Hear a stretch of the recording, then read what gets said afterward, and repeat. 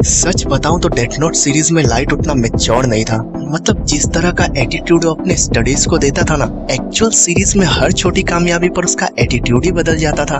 मतलब जब भी डेथ नोट का यूज करके किसी को मारने के लिए लाइट को स्ट्रेटेजीज का यूज करना होता था ना, और जब वो लाइट के प्लान के मुताबिक सक्सेसफुली एग्जीक्यूट होती थी ना, तो लाइट का चेहरा देखने लायक होता था। और लाइट की यही आदत पूरी डेथ नोट सीरीज को उसके खिलाफ कर दी। अगर लाइट ये 5 बड़ी गलती ना करता तो पूरी की पूरी सीरीज उसके फेवर में होती। सबसे पहली और सबसे बड़ी गलती, उसने लिंडेल टेलर का नाम अपनी डेथ नोट में लिख दिया, वो भी बड़े अक्षरों में। अब इसका असर क्या हुआ, जैसे ही एल ने फेक क्रिमिनल लिंडेल टेलर को जापान के केंटो रीजन में लाइव टेलीकास्ट किया, उसी समय लाइट ने उसका नाम अपनी डेथ नोट में लिख दिया गुस्से में आकर। अब इससे एल को 2 सबसे बड़े क्लूज मिल गए। पहला, कीरा सच में है, और दूसरा, वो जापान के केंटो रीजन में है। अगर उस समय लाइट ने गुस्से में आकर लिंडेल टेलर का नाम अपनी डेथ नोट में नहीं लिखा होता तो एल के पास पूरी दुनिया में कीरा को ढूंढने का कोई स्टार्टिंग पॉइंट ही नहीं होता।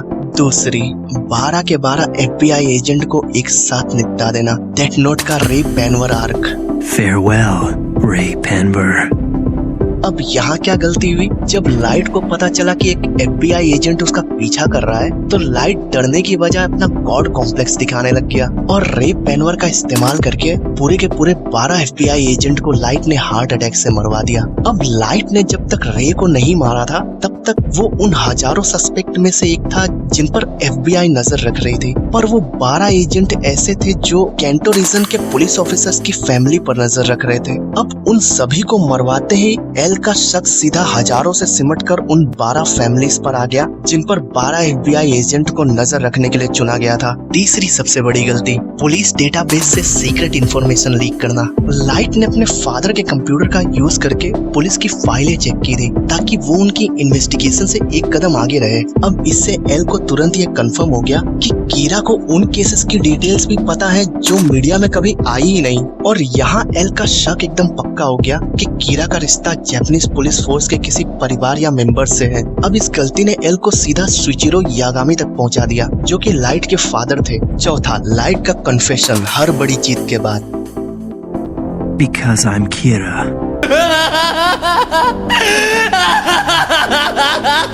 अब नाओमी मिसोरा को मारते वक्त, जो कि रे पेनवर की फियांसे थी, लाइट उसके पास धीरे से जाकर बोलता है Because I'm Kira. और यही आदत उसकी सबसे बड़ी कमजोरी तब बन गई जब उसने नियर के सामने ये कन्फेस कर दिया कि आई विन। पांचवा, टेरो मिकामी पर एक्सट्रीम डिपेंडेंसी। अब यहाँ क्या गलती हुई, लाइट टेरो मिकामी पर ब्लाइंड ट्रस्ट कर रहा था और उसे कंट्रोल कर रहा था, बट जब मेलो ने क्योमी तकादा को किडनैप किया तब लाइट और मिकामी के बीच कम्युनिकेशन लैक हो गया। अब मिकामी ने सोचा कि लाइट तकादा को नहीं मार सकता क्योंकि उस पर नजर थी, इसलिए मिकामी खुद बैंक जाकर असली नोटबुक निकालता और उसमें तकादा का नाम लिख देता है। अब मिकामी की इस एक गलती की वजह से नियर के साथी को असली डेथ नोट की लोकेशन मिल गई, जहां नियर ने उसे नकली वाली से स्विच कर दिया और यहीं से आखिरी वक्त पर लाइट का गेम ओवर हो गया जब लाइट नियर के सामने आई विन बोल देता है जबकि नोटबुक पहले ही स्विच हो चुकी थी।